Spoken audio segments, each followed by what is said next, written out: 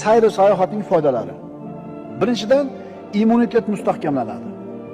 Havo almashadi-da, havo almashadi. Ikkinchidan, sayohat insondagi stressni yechadi. Stress nima? Tushkunlikka tushish, qo'rquv, vahima, xavotir, stress. 21-asrda yashayotgan odamlarning vabosi mana shu stress deyiladi. Asablarni tarayiniga. O'zingni bolangni g'alvasini ko'tara olmaydigan bo'lib qolgansan. O'zingni bolangni g'alvasini, u boshqasini qo'y. Uchinchidan, miyani kuchayishiga sabab bo'ladi. To'rtinchidan, yurak qon tomir kasalliklarining xavfi pasayadi. Beshinchidan, jismonan sog'lom bo'lishiga sabab bo'ladi sayohat qilgan odam.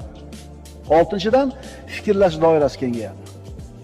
Yana sayohat qilgan odamda o'ziga bo'lgan ishonch ortadi. Sayohat qilish kerak yoshlar.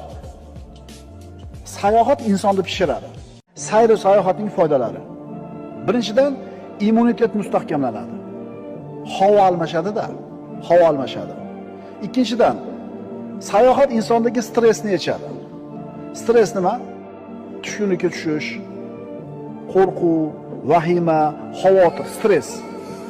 21-asrda yashayotgan odamlarning vabosi mana shu stress deyiladi. Asablarni tarayiniga.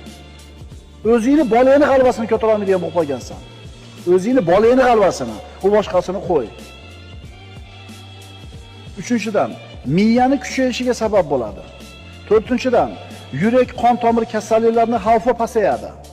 Beshinchidan, jismonan sog'lom bo'lishiga sabab bo'ladi sayohat qilgan odam. Oltinchidan, fikrlash doirasi kengayadi. Yana sayohat qilgan odamda o'ziga bo'lgan ishonch ortadi. Sayohat qilish kerak yoshlar. Sayohat insonni pishiradi.